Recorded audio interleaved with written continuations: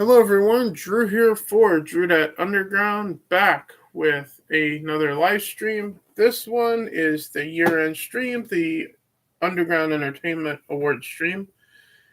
In years past, we've done this on the other channel as the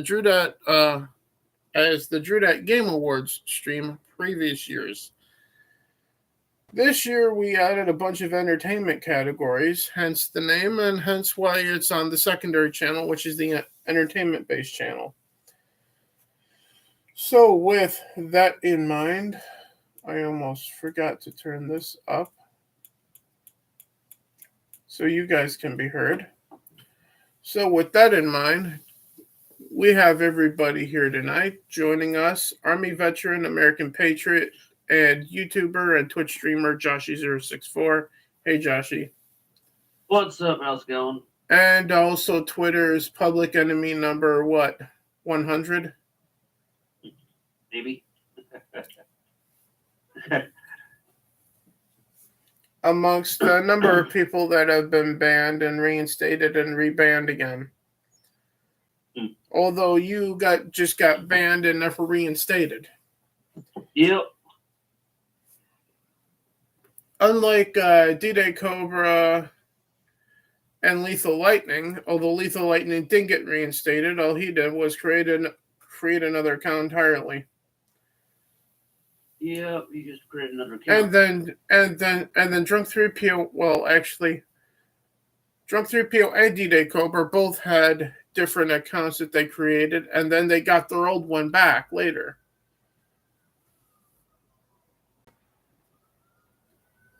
All I know is that Nord and I behave ourselves. Okay.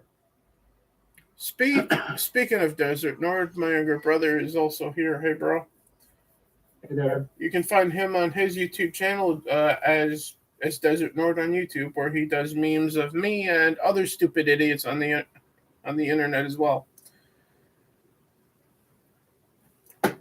No snide comment, huh? No, I'm listening along. Oh. So, speaking of snide comments and idiots, the three of us are here to go over the best and worst in entertainment for 2022, as was previously advertised for this. Everything from gaming to content creators, and occasionally talking about music and maybe TVs and movies, depending on what we chose for our specific categories between Drew's Choice, Josh's Choice, and so on and so forth. Because the three of us have a few categories that bear our name on them too. So with that in mind, we're going to kick things off by getting some of the bad ones out of the way so we can finish the stream with the good categories. Is that fair to you guys? That's fair. Yep. All right, so with that in mind, Joshy's most disappointing of 2022. Do you remember what you had me write down? I believe, if I remember correctly, was Tiny Tina's Wonderlands. Yes. So why is Tiny Tina's Wonderland so disappointing to you, Joshy? Yeah, just like, excuse me.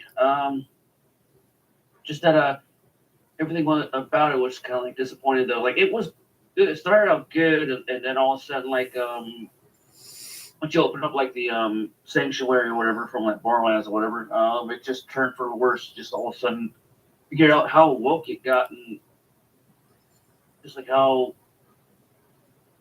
garbage it was. I don't like okay. Basically, all the So the writing were basically all female. Yeah, the writing. And the writing sucks, and then I just like once I like figured out like how woke it was, I'm like, all right, I'm done. Mm-hmm. It's the same trope over and over though. They have the what is it? The stupid white guy that makes fun of himself. So like, okay, and they have Wanda Sykes in it as well too. Just like, okay, I see how where it's going. It's the writing is just like so bad and whatnot though. Yeah. For me, for Drew's most disappointing, it was supposed to be Elden Ring as of a few minutes before we went live here, but based on recent developments, that has since changed. So Drew's most disappointing is either the NFL or NFL officials, depending on how you want to interpret it. But specifically, fuck Roger Goodell. He's a piss poor fucking commissioner of the NFL and needs to be shown the fucking door at this point. So between bad officiating, no taking ownership of bad officiating, basically the whole entire season was pretty lackluster across the board with just about every primetime game. The whole NFL has been largely disappointing this year. Nord? Yeah, well, I think it's part of the course, but to each their own on that. Yeah. But if you were intending to ask me what mine was, that's a different story. Yeah, yours is up next. But before that, Joshy, any thoughts on how shitty the NFL has been this year?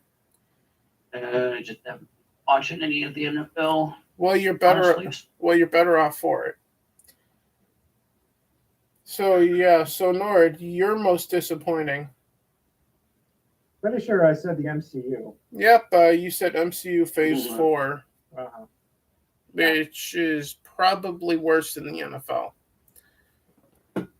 Yeah, between the fact that showrunners don't know what they're doing, their script writing has gone completely in the trash can. It's really not the same institution that it was in Phase 3. In Phase 3, it was cultural. In Phase 3, you had throngs of fans. In Phase 3, you had people excited to go see the next film in the series. You had billion-dollar openings that were, became sort of wall-to-wall people. And in Phase 4, it's just been like dragging its ass and making mistakes and not making sense and being hyper political. So She-Hulk. Yeah, She-Hulk. I'll be damned. They actually called a fucking face mask on a player. Holy shit. But sorry, I got the Bengals Ravens game going on the side here, guys. We know. The MCU definitely went from in previous years being a cultural zeitgeist and being like a sort of the focal point of nerd culture to being a disaster area and a woke shit show. That's what's happened. Yep. And a shell of its former self, if I'm being honest. Well, it's modern day Hollywood, so what do you expect these days? No, I know, but it was always Hollywood. The difference was you had people writing the scripts and setting the scenes and telling the story that actually gave a shit about a good story. Instead of a political message. Except for all of these companies and studios employ people that not only are not fans of the properties they're working on, but actually vehemently fucking hate them. No, I know. But for the MCU Phase 4, that was the start of the shit. Yeah. That was where they started being political and messaging people, messaging the audience. Although really it started during Phase 3, honestly. Well, yes, to some degree, but they still successfully finished it out. They still got to the finish line, and we could say, okay, barely, yeah, because in Endgame there was a complete saga, a complete story. There was that one scene in Endgame where all the female characters all ended up in the same part of the battlefield at once for girl power. But you see, but at the same time, a lot of our fears were put to rest in a sense. When, like, say, Captain Marvel got punched out of the movie. Like, hey, gaming. For instance, that, and so by comparison, nothing in Phase 3 comes anywhere near what Phase 4 did in regards to that type of woke bullshit. I don't think you're going to find a lot of people that disagree with anything you're saying about Marvel at this point. So what I'm saying is, this past year, the MCU just disappointed the living shit out of MCU fans. Mm-hmm. Is what I'm saying. If you're actually an MCU fan, and not just some hyper political Twitter user. If you're a hyper political Twitter user, then you loved it. It was great. So Gas Queen dance, that type of shit. So to recap what we've said so far for gaming, who just got here, Joshy's most disappointing is Tiny Tina's Wonderlands for 2022. Mine is the NFL as a whole, and Nord's is the MCU Phase 4 for our most disappointing forms of entertainment this year that we've watched. Now, keep in mind, everything you're about to hear is based on stuff that we've watched, played, or listened to, or whatever the case. If there's better out there, if we don't talk about it, or if we're not giving it any kind of award, it's because we didn't watch, listen to, or interact with it in any way, shape, or form. It's a matter of our opinions, of course. Yeah, based on our personal experiences. So with that in mind, the worst game of 2022, there aren't any nominees for this category because it's kind of hard to keep track of all the shit that came out for games this year, right? Yep. Because there's been so many of them, but there has been a lot. Yeah, but the award-winning worst game of the year goes to Madden 23 for how willing this EA is to not fucking fix any glitches that arise with future patches, but also their willingness to just half-ass the fucking release every fucking year, like it's been the case for fucking years now. Anyone else want to jump in and add anything about how shit Madden is at this point? I just stay away from it. I know it's shit. Especially, I usually watch Angry Joe reviews on it, though, and it's funny. Yeah. Well, keep in mind, he started his channel because of fucking Madden in the first place. Nord? Yeah, obviously, sports games are not at a very high point right now in general. Yeah. Madden doesn't want to fix anything they're doing wrong. FIFA just keeps putting out the same game every year. It's really kind of the sports world in gaming is really a dragging ass shit show. Also, Yeah. in regards to staleness, there's nothing original going on anymore. It's just boredom. Yeah. So with that in mind, let me just check off the stuff that we've talked about at this point now. There's the worst game. So with that in mind, the official most disappointing game of 2022 for all three of us collectively is Tiny Tina's Wonderlands. With an honorable mention of Elden Ring.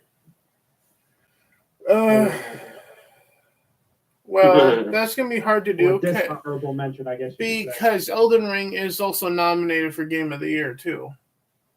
Sure. But like you had stated, it was not... Was not the exact game where everybody anticipated. Yeah. We were anticipating more of a Skyrim, just more difficult type of thing. And it's more of a it's more of a traditional Souls game. It's a Skyrim game if it were fucking Dark Souls. It's basically a Souls game with an RPG flavor to it.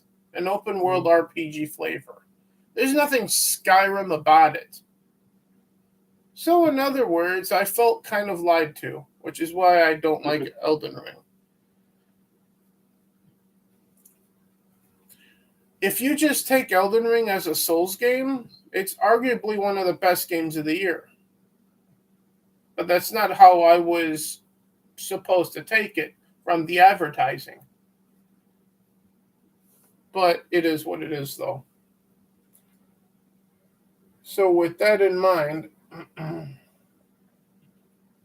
let's get into some of the content creator categories here. Let's start with Underdog of the Year. Are you guys cool with that? It is fun. Yeah. Yeah. Yes, Joshy, settle down. So, the nominee, now keep in mind what Underdog of the Year is. This is the category for content creators who have not reached the point where they're at 50 subs so they can monetize their Twitch channel, nor 1,000 subs if they're a YouTube channel. So unmonetized smaller channels. So with that in mind, our nominees for Underdog of the Year are as follows: JetSparks 373, Phil TMNT, Joshy 064. And those are the only ones that we could think of at this time. So with that in mind, the winner for Underdog of the Year goes to JetSparks 373 for his podcast Talking Pinheads. And how entertaining that has been to not only be on, but also watch as well when I would watch it after the fact. Assuming that I was too tired to be there, akin to as with Friday Night Tights sometimes. Anyone want to add anything about the nominees for Underdog of the Year or the winner, JetSparks? Joshy? Dude, thank you for inviting me or having me as a nominee. Appreciate that, though. Well, it wasn't hard to do. Well, actually, it was a little hard to do because you barely do any content, but yeah. but it wasn't hard to include you in a category in which you're under the sub mark for all platforms, which you are. Which we're still trying to get you past that point on Twitch, but in order for that to happen, you got to do things. Yeah, I gotta start doing. Yeah.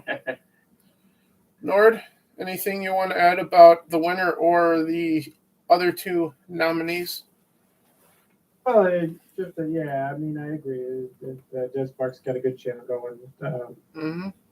Hopefully, he'll get more subs and whatnot. But everything that we say about That's the Jet intention here. also very much applies to Phil too. So Yeah. because Phil's open mics evidently inspired Jet to do his own version, which is Talking Pinheads. So, but on that note, congratulations to JetSparks as the Underdog of the Year. Hopefully, you wind up getting who, Phil? Phil. We were just praising Phil Gaming. He is a talking pinhead. We were talking about our Underdog of the Year. JetSparks 373 has a stream that he does on his channel called Talking Pinheads. Phil has yet to appear on it, even though he has an open invitation from Jet to do so. But Jet doing Talking Pinheads was inspired by Phil's open mics that he does on his YouTube channel to do Talking Pinheads in the first place as an open mic thing. Which obviously means that Joshy would, if you were around and using Streamlabs, you could be on Talking Pinheads or Phil's open mics too, because obviously they'd let you on. So. Yep. And then promptly regret it when you start saying certain things that probably would get them in trouble. Mm-hmm. But speaking of trouble, the most anticipated games for 2022 for the three of us. So let's start with Nord this. We should start with Joshy on this because Nord and I have the same damn thing. So, Joshy, your most anticipated form of entertainment for 2022. Let me see if I read this right. Atomicart?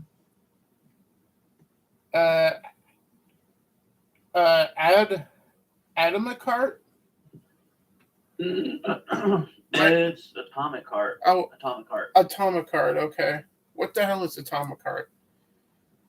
Atomic Heart is going to be free on Game Pass. Okay, so it's a game. Okay. It's a game, yeah. From the looks of it, it looks like it's like a Russian Bioshock-esque type of game, though, like first-person shooter, though. Like, I've been watching it for a while. Like, I believe it's First, only a I thought you were couple going to hours, say maybe. it's a Russian bot of a game. That's what I thought you were going to say at first. I'm not sure how many people are working on this though, but I've been watching them since for a while though. It's like they evolve, but I like once new stuff comes out, don't even watch it though because I don't want to be spoiled or anything like that. But That's fair. so far, they've been doing this for a couple years. But it's up on Game Pass. You can pre-install it now. It should be coming out February, I believe. Coming up here shortly. All I know is mine and Nord's most anticipated form. Atomic Heart is expected to be in February. All right. Yeah. Otherwise, for Nord and I, we both have the same most anticipated form of entertainment, a game that people may recognize the name of, Starfield, from Bethesda Game Studios. Yay! Which is also recognized by the entire underground because majority rule here, the official most anticipated game category is also in fact Starfield as well. So yeah, there's a couple of honorable mentions we should bring up also with this one. yeah, which is also Legend of Zelda: Tears of the Kingdom is also one of them. Yeah, and evidently Hogwarts Legacy as well. Yeah, and then you got Jedi Survivor as well, but then again, I also wouldn't be surprised if that got ruined at this point too, because it is Star Wars still. Well, I know, but it's still anticipatable. Yeah, because of how at least good the previous game was from Respawn Entertainment. Mm-hmm. And then there's Diablo 4, of course. Yeah, fast. Same here. Yeah, a lot of people are like let down by it, even though it isn't really even out yet. So it's like one of those things where, I mean, I'm not a fan of it, so I mean, I'm just pointing it out. So. And I was just pointing out on camera that I do have a smartphone. Yeah.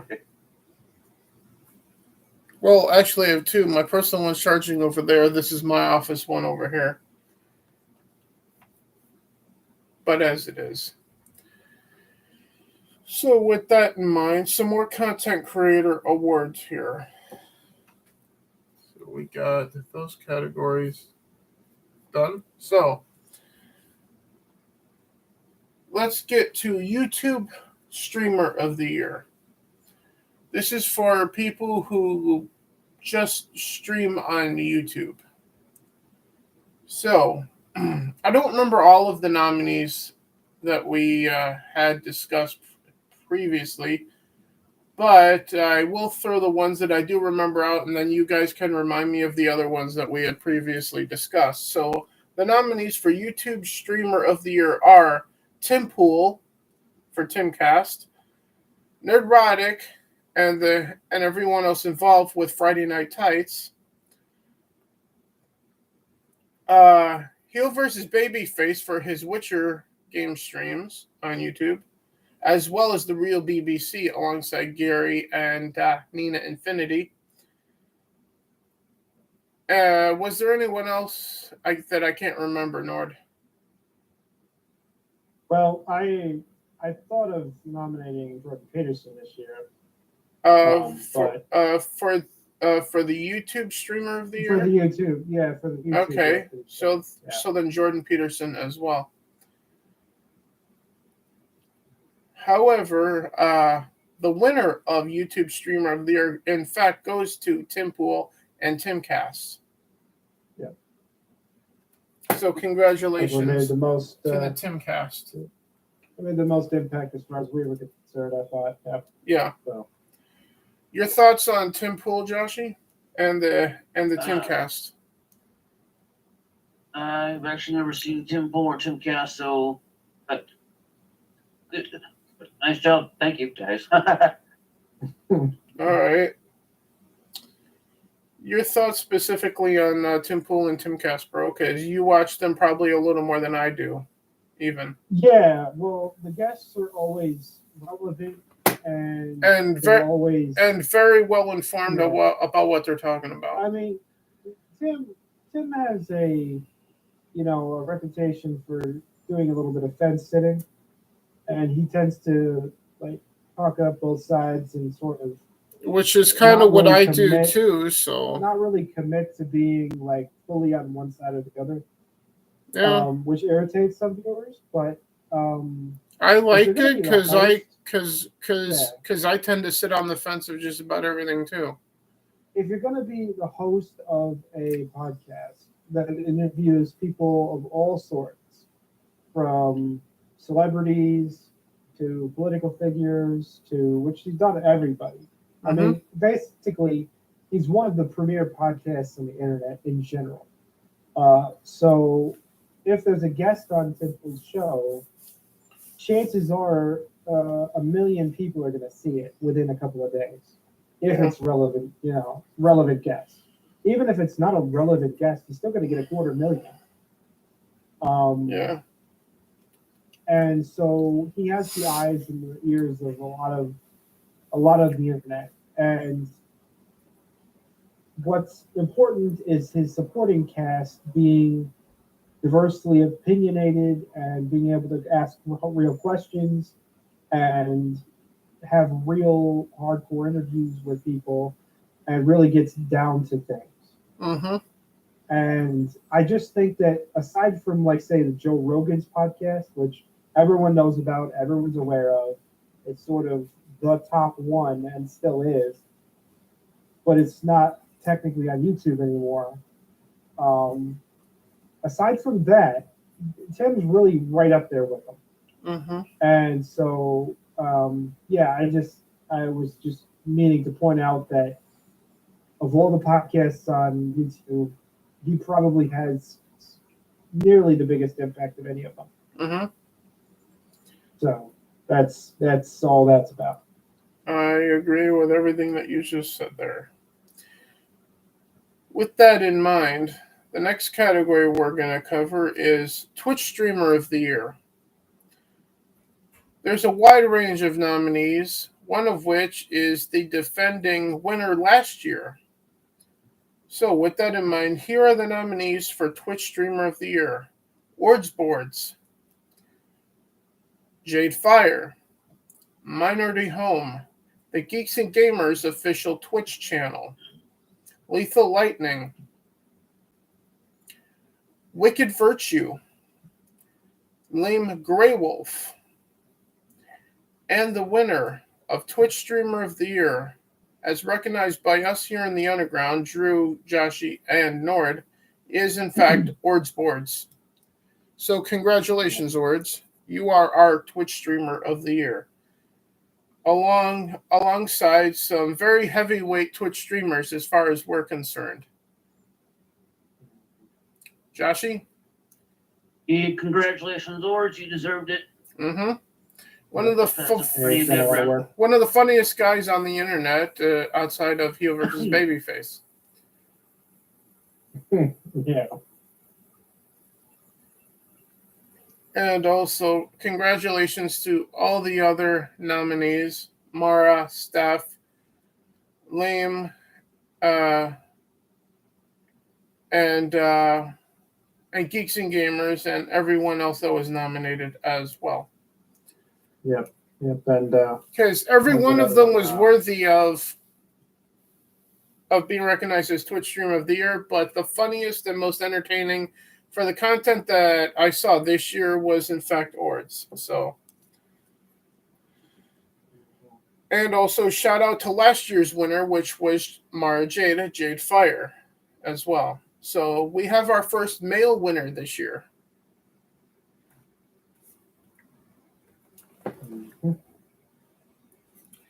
And we'll get to YouTuber of the Year in just a little bit. But first, what was your favorite part about being on the internet this year? Let's discuss that before we continue with other topics at the moment. Joshy, what was your favorite part of the internet this year? Other I don't know. than getting banned off of Twitter.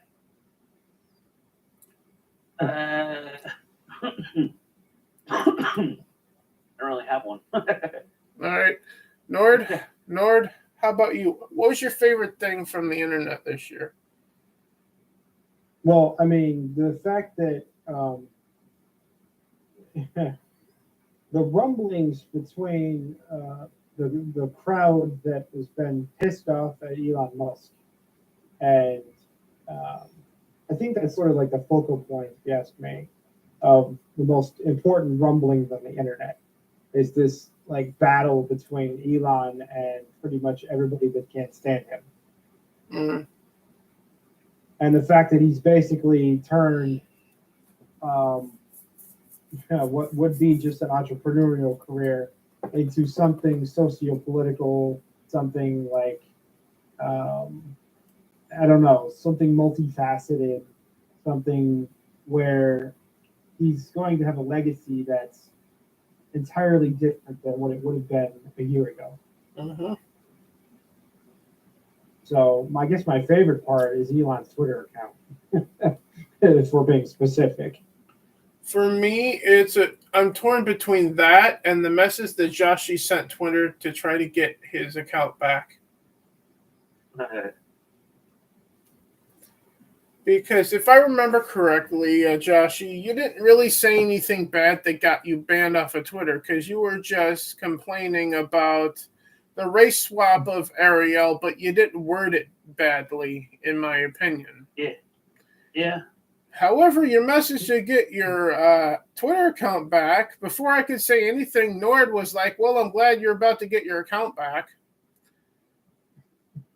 for your use of the N-word in the message. Just to piss Twitter off. Yeah, but I can't get my account back, so I might probably have to get like a new email or something to do a new account. Well, that's unless they go through and they do an auto sweep of all the accounts that were banned for simple, speech violations. Yeah, they might still do. I want to be on the fly on the wall when they get to Joshy's claim, and then they're like, "Oh," and there was a reply. Let's see what this. Oh shit! Yeah, somebody's going to be traumatized. Yeah. Which is why when I read that, after a while, I came to the conclusion of, yeah, Joshy's more than just a regular guest. He's a part of our fucking team. So it was akin to Jeremy getting complaints that Ryan said something racist and offensive, and then getting promoted at Geeks and Gamers. That's basically what happened with Joshy for us. It's just a matter of Joshy got thrown out of Twitter like Mara throws Mazza out of the chat, and he got promoted here in the underground for it. It's just a matter of from regular guest to second co-host alongside Nord.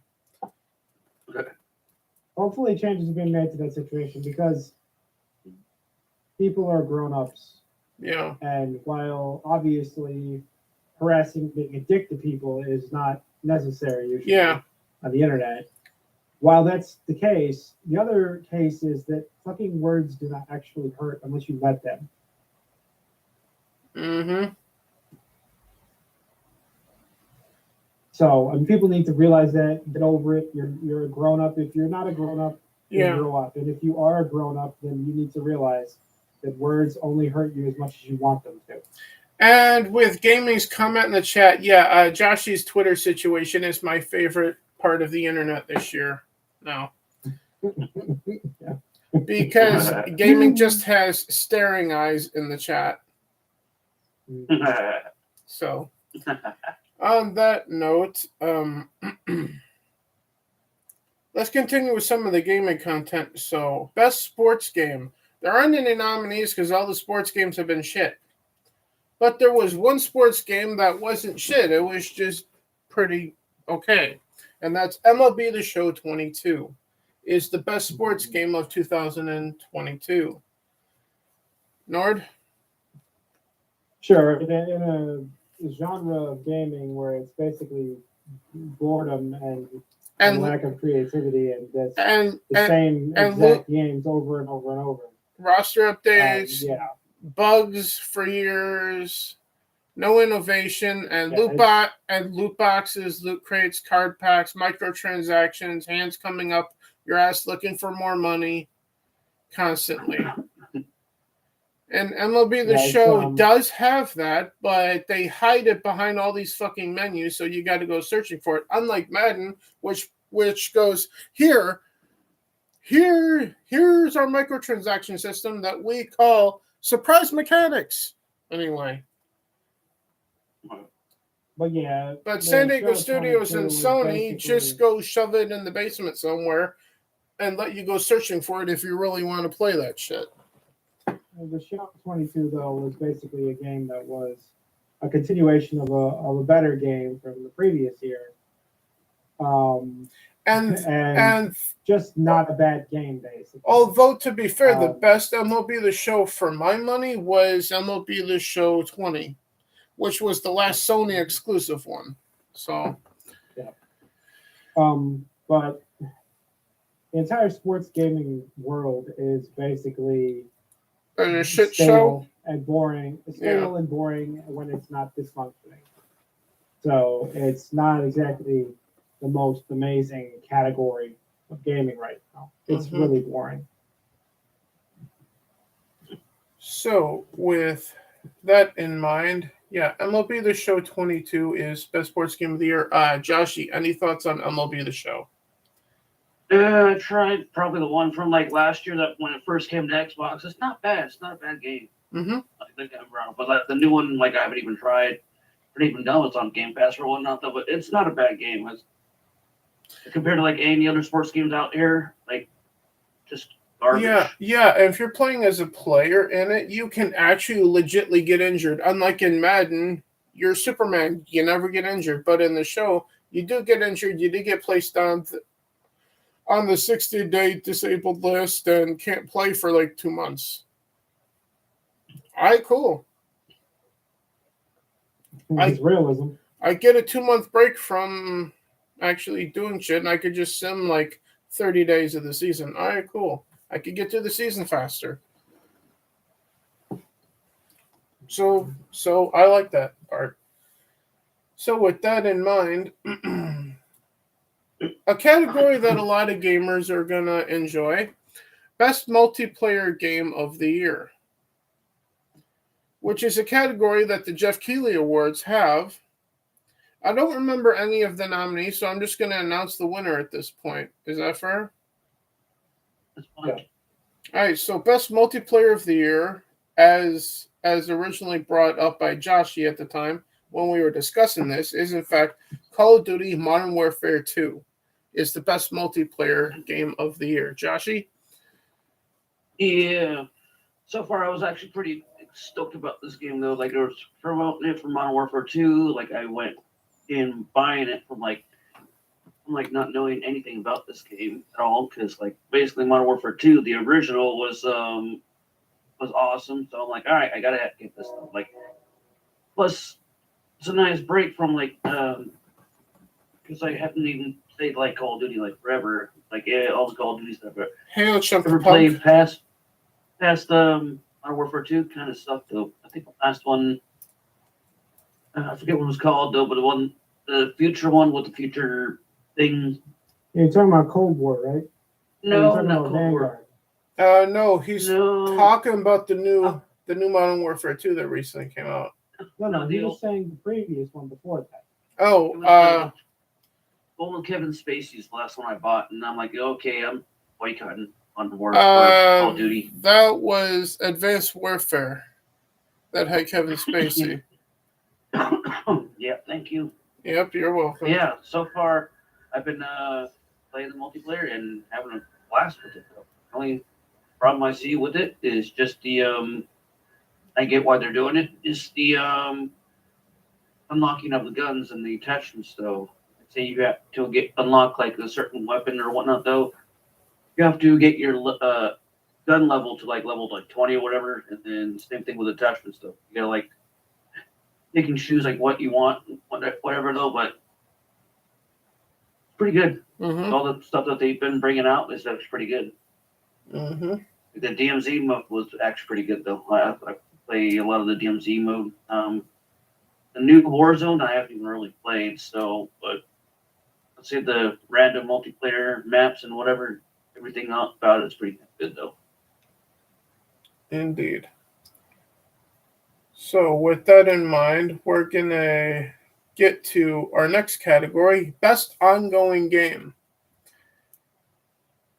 I don't remember any nominees for this one either. However, the winner for best ongoing game here in 2022 is Elder Scrolls Online.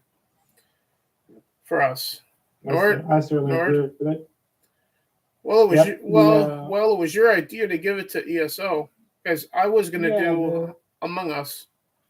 the release of the High Isle and then subsequently the Galen chapters Mm-hmm. was a good addition to the game. It really was, and it kept a lot of players around. It has a lot of players playing, and then they have an announcement coming up in a few days of what they're going to do for 2023. So they're keeping it going. They really are keeping the interest. Which alive with the means game. it's obviously going to be a nominee for 2023 best ongoing game. Yeah, well, we'll as see well. how it goes. But Potentially. yeah, hopefully, yeah.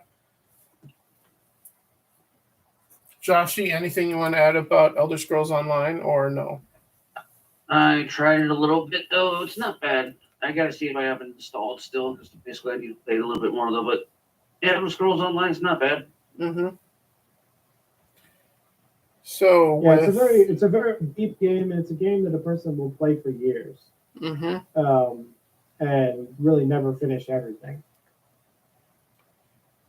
Yeah, so with that in mind, we're going to get back to one of our two final content creator categories, Podcast of the Year.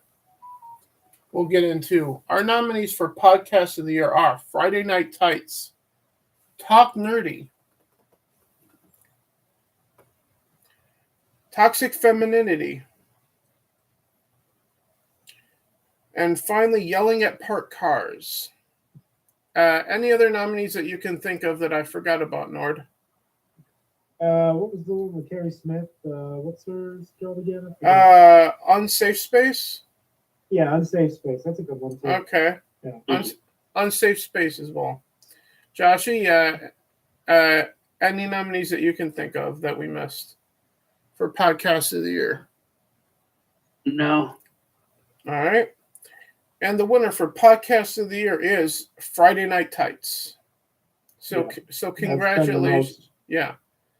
It's definitely been the most interesting and most exciting of it's the funniest too.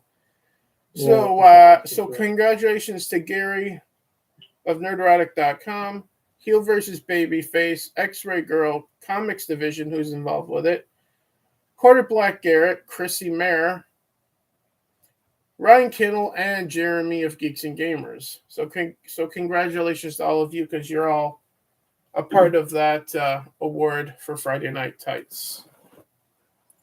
Indie Chunk, all hail FNT, exactly. So, the choice categories: Drew's choice, Nord's choice, and Joshy's choice. Let's get into that. So, Nord, your choice for your favorite form of entertainment this year. Wasn't this just like our favorite? I forget what I had said about this one. You had me write conservatish. Oh, okay. Yeah. Did I read that right? I wanted to highlight Peter Feliciano's channel, Conservatish. A really good interview channel that doesn't have a lot of traction just yet. But it's been a favorite of mine for a while. Basically this year mostly. Well, in that case, feel free to jump in the chat and post the link in the chat for everyone, Nord. Yeah, I'll give this up here. So, with that in mind, that's Nord's choice. Joshi, your choice for your favorite form of entertainment this year. Do you remember what you had me write down? No. You had me write down High on Life. Oh yeah. High on Life, the game High on Life. I haven't passed it yet though, but I'm like near the end. But it's pretty good. I still have pretty to simple. start over so I can find the fucking knife still. Oh, you haven't got knifey yet? No. No, I still haven't got knifey yet. I walked right past it to the first mission, and I need the knife to continue. So I'm like, great. I think I'm locked into this fucking mission, so I got to start the game over. So everything you saw, thanks, Nord. So everything you saw on the main channel on YouTube is exactly where I left off. So. Oh, excuse me. But that's a pretty good game, though. I was surprised you like It's very all the funny content with you a have lot in of it, its dialogue too. Yeah, they spent a lot of time on like dialogue stuff. Also, I found out too that like basically there's kind of like choices though. Like say you can kill anybody in the game, kind of. Then you can't. But let's say you there's these people you like talk to or whatnot though. You don't like them, you kill them, and all of a sudden like I guess later on there's like a little. I forgot. I'm I'm already subbed to Peter's channel. Oh. Let's say this. Like in one shop, there's a volleyball you can buy. There's an option for you to buy it or not. I guess in like one little area, like in the future of the game, you see the enemy like standing by a volleyball net. They're like, "Oh, shoot him!" They're like, "Well, what? Wait, he's got a volleyball. Never mind, he's in the cool club or something like that." So then they don't shoot you. So if you don't have that volleyball, they'll start shooting you. It's just little choices like that. It's like, okay, that's kind of cool. And also, like the different guns have like different personalities as well too. Like you can, like each gun talks to each other and whatnot though. But like, say for instance, if you're like find the bad guy or whatnot though, they'll talk. But you kind of like replayability. Like you'd be in the game with like just one gun, just hear their dialogue or them talking, and then also like another gun too. When it's changed to a different gun, you hear their dialogue. It's like they got like different dialogues though, but they do talk to each other. So you, for the story-based purposes, you'll be able to hear all the guns talk to each other.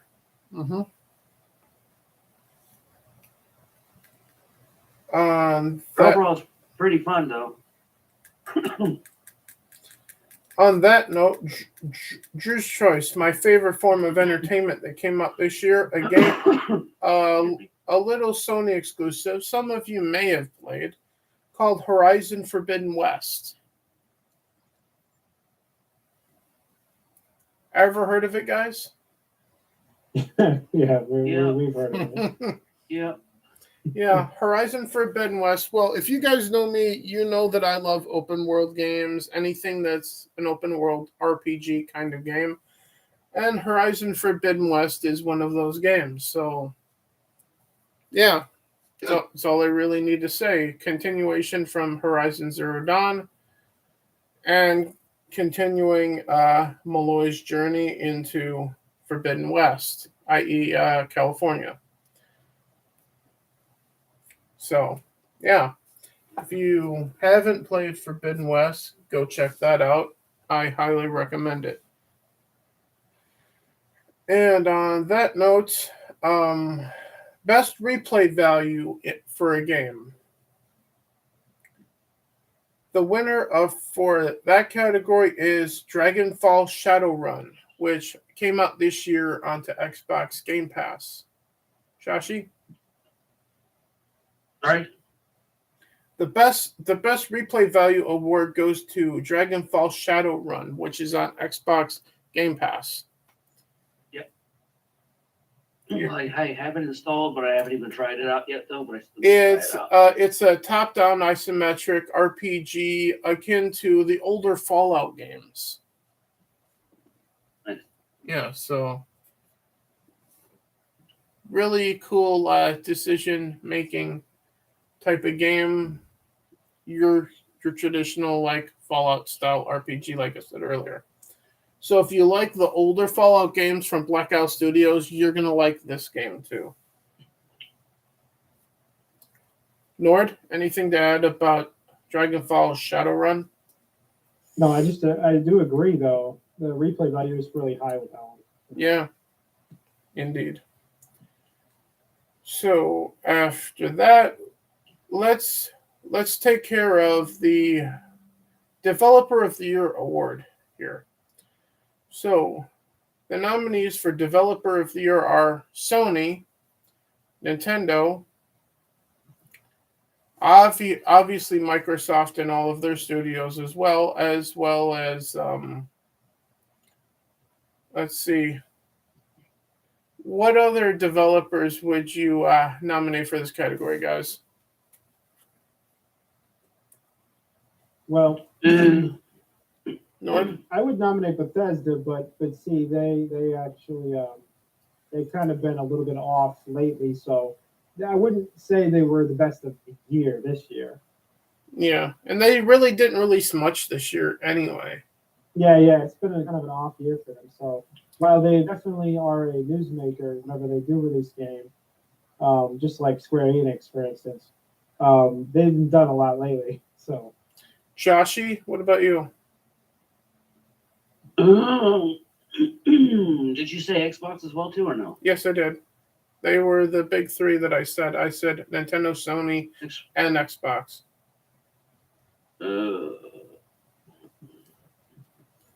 Probably be my choices too.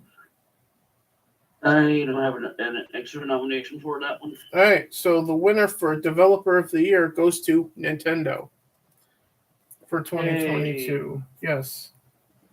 yeah, I do have to agree, they've done the most this year. Yeah, they certainly have. Between new carts for Mario Kart, a shit ton of new games that came to the Switch, and everything in between.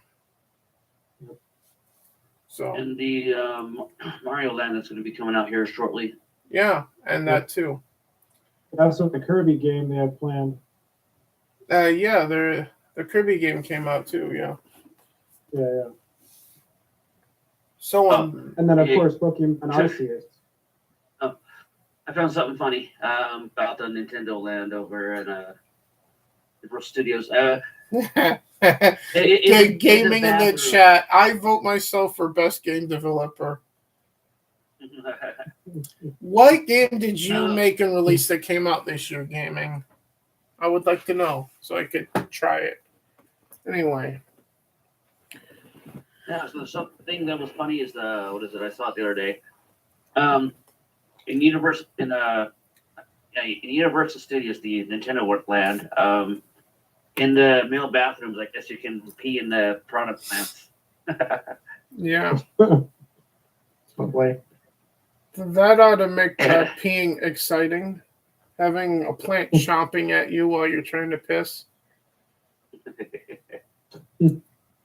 I was like looking at that, like, really? They have put piranha plants as urinals. You'll do more than just piss. You'll shit your pants too.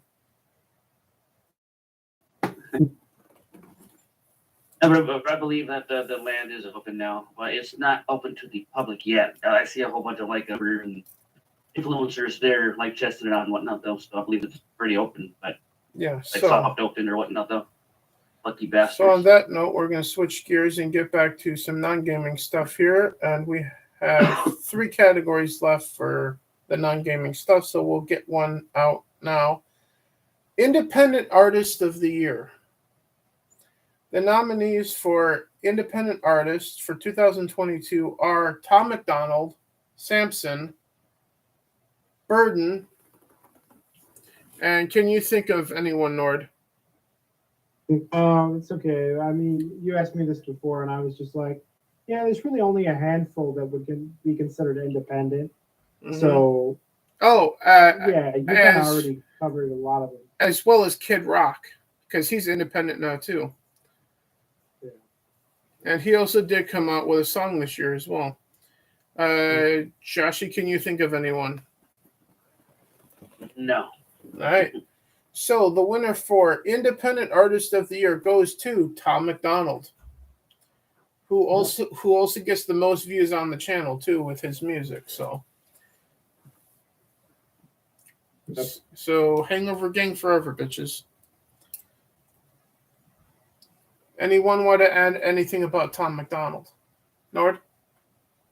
Well, I He would had a just say farm. that obviously he's made the most noise in that category for sure. Mm-hmm. And Oh, he ouch. the one thing I was going to say about it is like his work ethic is really unbelievable. The fact that he puts out so much content, so much new music, Mm-hmm. it's really it kind of like blows away everybody else in regards to his amount of product that he Yeah. puts out. So I mean, Quite. it's not that he's winning on just volume because I mean he's also winning on relative quality too On in substance, this yeah. category.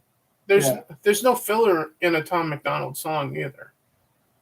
Yeah, or in an album, yeah. Yeah. But yeah, like I rarely do you see artists release multiple albums in a single year. But that's kind of where he's at. And- so and- it's really interesting. And when he drops an album, it's usually 2 at once. Yeah, exactly. Like most recently, it was Revolution and Renegade that he released, which I haven't had the money to purchase lately, but I do want to at some point soon, if at all possible, before I make my way to Arizona. But on that note, back to some gaming content here. Character of the Year is up next. The nominees are Kratos for God of War Ragnarok, Malloy, Horizon Forbidden West, the main character from High on Life. Which is a main character on High Life. It's like the Morty character, I guess. The character that wears the suit and uses the gun, your character. No, he doesn't talk though. So I was like, I don't know. Yeah, well, he's still nominated, even though he's obviously not going to win. And the girl from what was it called? A Plague Tale Requiem, the female main lead from that as well. Mhm. And the winner goes to Excuse me. Kratos for God of War Ragnarok is the character of the year. So congratulations to Chris, what's his name, that plays Kratos, for his performance as Kratos as well. Nord, anything you want to add about Kratos and the actor that plays him? Oh well, other than the fact that it was like one of the more inspired voiceovers of the game, and one of the more intriguing characters, even to the point of becoming meme related. Mm-hmm. But yeah, the whole God of War series is one of the better series in gaming history. Whenever they add a new entry that's successful, like Ragnarok was, it's going to make news and make headlines and get gamers all excited. And it should, because it's good content. It really is. It's good. It's a good game.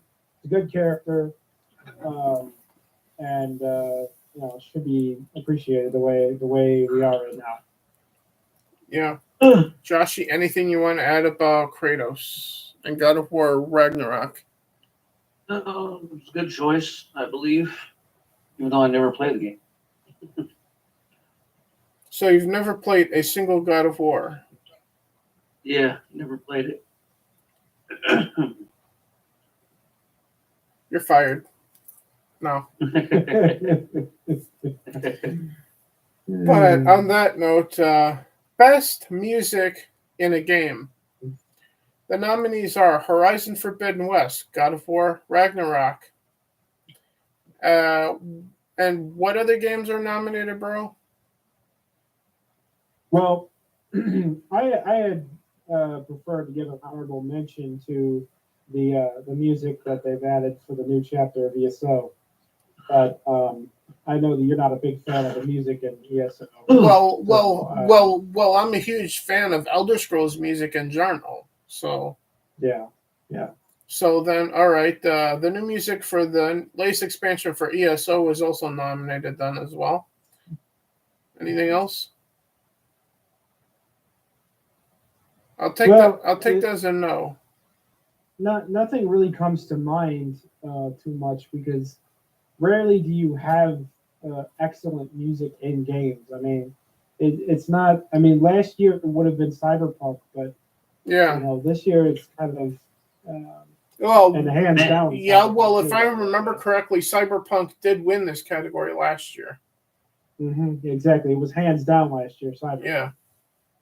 Because the way they handled the music was really amazing. Joshy, were you going to say something? Yeah, the day Cyberpunk was pretty good though from last year. All right, so with no other nominees for best music in a game, the winner of this category is God of War Ragnarok. There's nothing, because sometimes I'll boot up the PS4, play Madden with like the sound muted, and just play like some music on Spotify or play like a video of like Elder Scrolls music on YouTube. Other times, I just forget that the main page of the previous God of War game plays music as a background on your PS4. So I'll hear music, I'm like, oh, well, that sounds good. And it's just the background of my PS4 with the music from the previous God of War game. So God of War has always had great music since, well, to be fair, the only ones that I've played are three, the previous God of War, and I started playing Ragnarok too. So I've only generally played 3 games, even though there's a lot more of them, but still. Mm-hmm. On that note, Eye Candy of the Year, the best looking video game to come out this year. Do you guys have any nominees for the best graphics in a game or Eye Candy of the Year? Joshy? Let me see. Because a nominee that I have here is A Plague Tale Requiem. I want to say Scorn. Scorn? All right. Scorn is also a nominee. Anything else? And then obviously High on Life comes to mind. It was a late comer, but yeah, it's pretty. Gaming or What just said that in the chat too. So High on Life also nominated for Eye Candy of the Year. Yeah. And you can say what you want, but I'm also dare say that graphically, at least on the Series X, to a certain degree, Madden 23 nominated for Eye Candy of the Year. It's a good looking football game, but it functions like shit. Yeah. However, the winner for Eye Candy of the Year, the best looking game to come out this year, is in fact A Plague Tale Requiem. So congratulations to the developer of that game for making the best looking game of the year. A game that looks like a next-gen game. Anything you guys want to add about A Plague Tale Requiem? I still need to try it though because I still haven't even passed the first one. Like so far, it seems like it's got a great story and whatnot though. Yes, it does. I know the first one did. The first one did have good graphics, and it does have challenging gameplay too, like the stealth portions as well. Yeah, it's definitely high in the hyper realism category. Indeed. So with that in mind, music video of the year. The nominees, and there's a lot of them, Tom McDonald, Fighter. Tom McDonald, Ghost. Samson, What About Us? Samson's Nancy. And anything that you guys can think of for a music video of the year nominee? I haven't been really watching any music videos at all this year, really, besides the ones you mentioned. Mm-hmm. Nord? Yeah, this was a category where we weren't going to actually nominate any, like, sort of, mainstream stuff. So Yeah, well, this is the underground, so. Yeah, exactly. Aside from that, I think there was one. What was it? Forgot his name. No, it's not coming to mind. But anyway, obviously, the work from Samson and the work from Tom McDonald is sort of primary to, at least your channel. And Ords went live. Well, tell him hello for us, gaming. Although it says in your message that Ors went live. Well, I'm glad he's still alive. Because that would put a damper on him being Twitch Streamer of the Year if he was dead. Anyway. But on that note, the winner for Music Video of the Year is Samson, What About Us? Which is basically a song about about Second Amendment rights, essentially. The other one I was going to mention was Loza Alexander with the Let's Go Brandon thing, but that's neither here nor there in this regard. Yeah. So congratulations. Wasn't really a music video though. Yeah. So congratulations to Samson for Music Video of the Year. What About Us? If you guys haven't checked that out, go type in the search field on YouTube. Samson, SAMSON, and the song title, What About Us? And watch that. And while you're on his channel, subscribe to Samson on YouTube, as well as the other nominees, Burden and Tom McDonald, on their YouTube channels as well, because they do their music on YouTube too.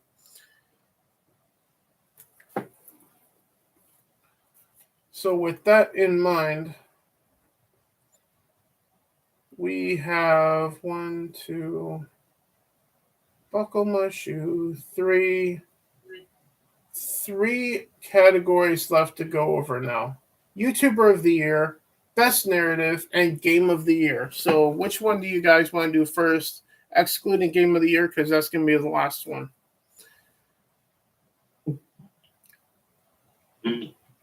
Well, we should do, I guess we should do Streamer of the Year first, I guess. That would be the YouTuber of the Year, you mean?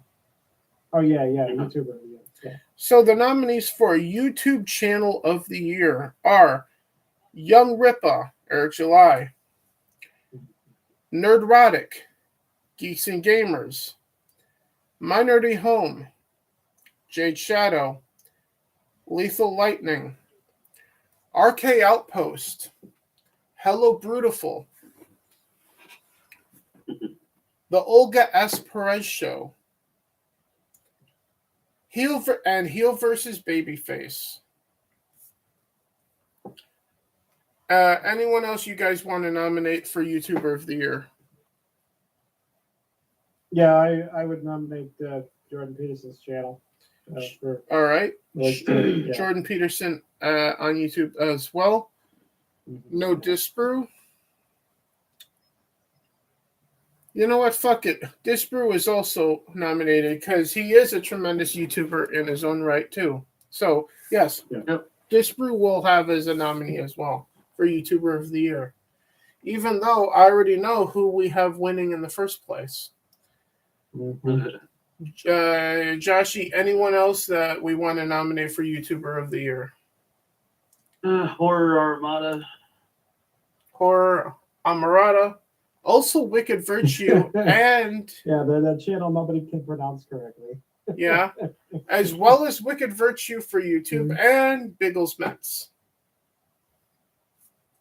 However, the YouTuber of the year, as recognized by us here in the Underground, is in fact Young Ripa. Yep. So congratulations to Eric July. We recognize you as the best on YouTube. But then again, that's no surprise given how much money the Ripaverse has made in 2022. Yep. He's broken out into actual He game-changing he's business adventure. yeah, he's getting close to being able to afford to buy Star Wars if it's auctioned for cheap at this point. Star Wars, yeah, that's true. Chunk says in the chat, Biggles will win next year. LOL. Well, if Biggles keeps doing what he's doing, he'll obviously be nominated for next year. I can tell you that. Because Biggles is also another great content creator along the lines of Gary, Az, and everyone else that we've had nominated this year. But speaking of great stories, Best Narrative is up next. Our second to the last category. Narratives in games, that is. So the nominees for Best Narrative are Dragonfall Shadowrun, A Plague Tale Requiem, Horizon Forbidden West, God of War Ragnarok, High on Life. Anything else that you guys can think of for the best narrative of the year? Nord? Well, those are probably the best, the top ones for sure for us, I would think. Joshy? Say High on Life. That's about it. Yeah, I know it's nominated already though, but yeah. Okay, well, the winner for Best Narrative is A Plague's Tale Requiem. Congratulations to the developers of A Plague Tale for the best writing of the year. So they have the best looking game and the best and the best written game. So that's pretty good. Which ought to make them a front runner for Game of the Year, right? You'd think, possibly. Well, are you guys ready to talk Game of the Year now? Sure. Yeah. Yeah. So here are the nominees for, as far as we see it here in the Underground, myself, Drew, Nord, and Joshi, and hopefully you guys in the chat as well. Here are the nominees for our picks for the best game of 2022. A Plague Tale Requiem, God of War Ragnarok, Horizon Forbidden West. Let me see what other games came out this year.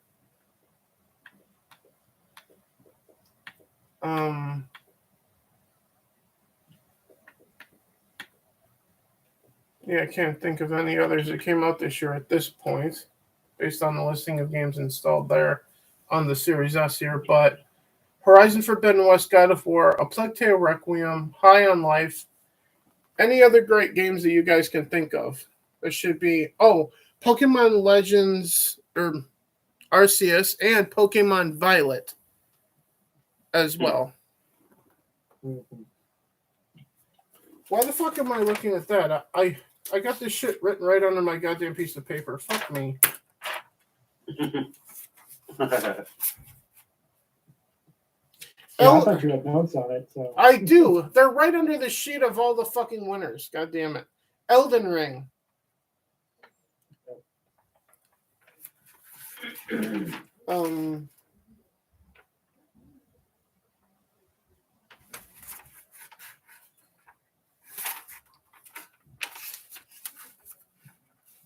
I said High on Life. I said God of War. Scorn.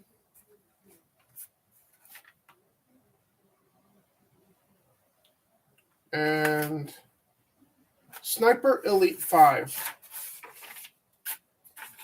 Those are the nominees that we have for Game of the Year. So, what are your thoughts on the list of nominees for Game of the Year before I announce our actual game of the year here? Josh? It's good. Tough choices, good choices. Yeah. Oh, Well, this isn't like 2018 where there was like 5 obvious game of the years or whatever, like in years past. Like, for example, in 2018, the obvious winner was Red Dead 2 at the time. Right? Yeah. so Nord, what are your thoughts on all of our nominees for Game of the Year? Well, it's not the thickest, like you said, it's not the thickest field we've ever had, but there's definitely been some good ones over the past year. But And, what is there? There's some good ones, like games that I know I'm going to play for a long time, like Forbidden West, like Pokemon Violet. ooh, that was close. And so on and so forth. But with that said, our recognized official game of 2022 and the game that represents this year as the year as we see it is Horizon Forbidden West.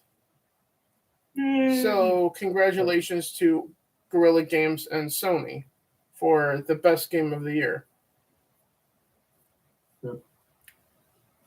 And anything you guys want to add about Forbidden West that we didn't say earlier? Well, it was a successful sequel. I mean, it was an anticipated game at first when they first announced it was going to be made, and then it came out. It was the most interesting one at the time, and then sort of stuck around basically, and has had a continuing influence. So yeah. So with that all said, that is everything that we had planned, and we're going to close things out with spitballing a little bit about the upcoming year of 2023 here.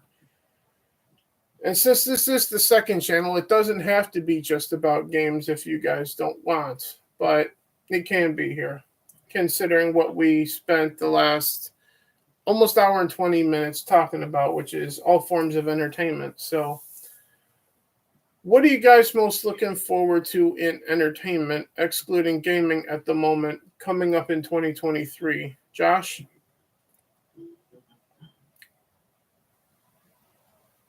I don't know. Probably nothing. Well, that's easy. You're going to be easy to please this year.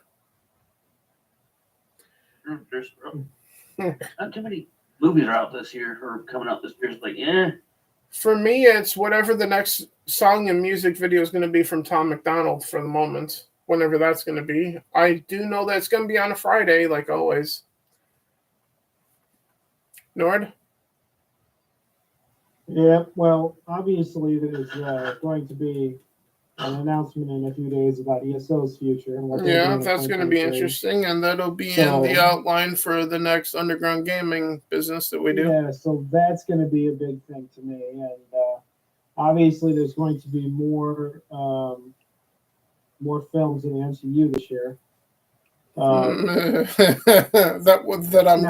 I'm going to ignore. They have to get things together. Now, for instance, Guardians of the Galaxy Volume 3. That one I am anticipating to be very good. I hope it is. Well, I was right up until all of this Disney shit with Star Wars since well, at the time, here's the thing. Even after Disney Star Wars has gone away with the dinosaurs. Yeah. And become obviously a shit show. And the reason we still had good work being done on Guardians of the Galaxy. And the reason I bring that up is, correct me if I'm wrong, Volume 2 came out before The Last Jedi, right? Actually, it was a 2017 film. Guardians 2 came after. Okay. But it was obviously before the fall of Skywalker. Yeah, well, Yeah, before that, travesty of the film. Yeah. So Disney wasn't terribly far gone that we knew of back then. They obviously were, but we didn't know it. And Guardians 2 didn't show it. My fear for No. Guardians 3 is it's going to show it. How far gone Well, Disney is. That's my if expectation the for it. trailer is any indication, Guardians 3 will be the wrap up of a good trilogy, which is what this has become. And If it's good, glad, because I love the first one and I like the second one too. So yeah, There's also a Christmas special as well too. Sorry. yeah, Go ahead. they did the Christmas special really well too. Yeah, that was surprisingly good. So I have some medium amount of faith in the creators of that particular portion of the MCU to do things correctly. They seem to know what they're doing. They seem to know how to write stories. They do have a good cast of characters. The actors are here, some there, whatever. But the actual IP is actually very intact and very well functioning right now. We can't say that about the entire MCU, of course. Hulk is in ruins, and Doctor Strange is a bit off course, and all these other ones are kind of like not getting much traction at the moment. But the Guardians is still intact. It's still going well. It's still a good story. Everyone still likes what they're doing with it. So when Guardians 3 comes out this year, I expect it to be a box office smash if they do things the way they've been doing them. It should be a success. Hopefully. Gaming related, I think we'll save that and put together a top 10 list of anticipated games for the next Underground Gaming stream. Yeah, I think we'll save that for that. Does that sound good to you guys? Yeah. Yeah. So that way we can talk about a bunch of games coming out in 2023 that we're looking forward to at that point. Oh, excuse me. So on that note, I don't have anything else. Do you guys have anything else for tonight here? Nord? No, I don't. I didn't have anything else except for to say that 2022 was a decent year in regards to a lot of things. It's been better than the previous two that we had gotten for goddamn sure. Yeah, in terms of gaming, it was an improvement, but it was still kind of blah. Climbing to do. Yeah. Honorable It was a mention devastating year for Hollywood, mind you. Mhm. Hollywood is lying in ruins in terms of how much destruction they've witnessed in their IPs and stuff. Yeah. But they deserve it. Those band of criminal miscreants deserve it. You were saying, Chunk? Or Joshy, fuck. I'll say an honorable mention to Top Gun Maverick.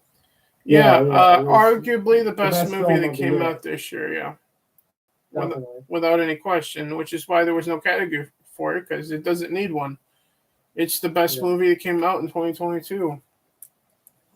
Yeah, and it's not really that close either. Nothing came close. No, that's why there wasn't a category for best movie. On top of the fact that I haven't seen it, but I want to get the Blu-ray at some point. Yeah. Once I find it at Target and whatnot. But as it is, 2022 was mediocre, but better than 2021, which was also more or less 2021 was an extension of 2020 for me. Yeah. 2022 was trying to get back to hopefully a functioning society. Hopefully 2023 and 2024 will actually fucking get there. At that point. Yeah. But as it is, Hopefully. Big things in 2023 happening. I'm moving to Arizona. I'll be near my family. And I'll be near, well, obviously my family, Desert Nord. And I'll be near this joker named Joshy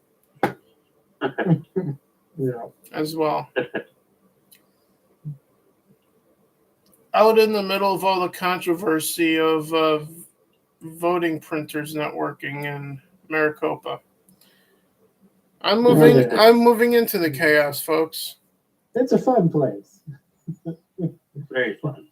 Yeah, and the underground is like Camelot in my Python's Holy Grail. It is a very silly place. That's because Joshy's here. Yeah. But silly or no, fun or no, misery or no, we will still be here in 2023. Albeit sometimes having to take a break for obvious reasons that I previously mentioned with moving. But until then, 2023 ought to be fun because we're getting Starfield, we're getting all these other potential games. Hopefully we hear something about Fable coming up soon. And hopefully there's no more fuck-uppery with shit. But I highly doubt it.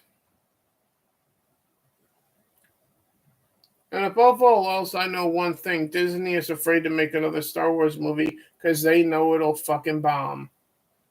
They're planning a couple movies, though. They're planning a couple things. Well, if they weren't Wendy scared Pan. to make Star Wars movies again, they would have made them by now. Yeah, Disney doesn't make films anymore. They make sacrileges. Yeah. Peter Pan and Wendy. They have Tiana and Moana. Yeah, Around and as well, too. and Tinkerbell is going to get race swapped too. Anyway, as well as Tinkerbell's going to be a guy. Anyway, which means we'll have to put Joshy in a tutu and with wings on. Yeah, they'll make the entire cast trans, black, and maybe female, sort of female. And I am getting tired, so I'll see you guys in the next one. Let's see, that'll be Tuesday right here on this channel for Bench Clearing Brouhaha 12 when we go over the wild card playoff games for the NFL between Nord and myself. So that ought to be interesting, guys. I'm going to be complaining about the referees even more. Yep. But as it is. Yeah, the Super Bowl is coming right up. It ought to be interesting. Yeah, hopefully it won't be as fixed as certain games in the throughout the year. But either way, thank you, Chunk. Thank you, Gaming, for being in the chat.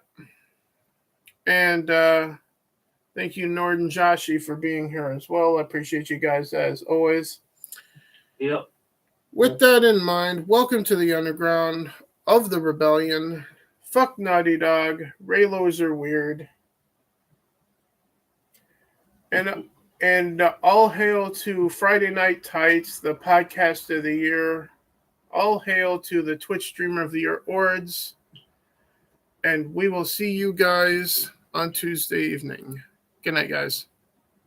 Good night. You guys.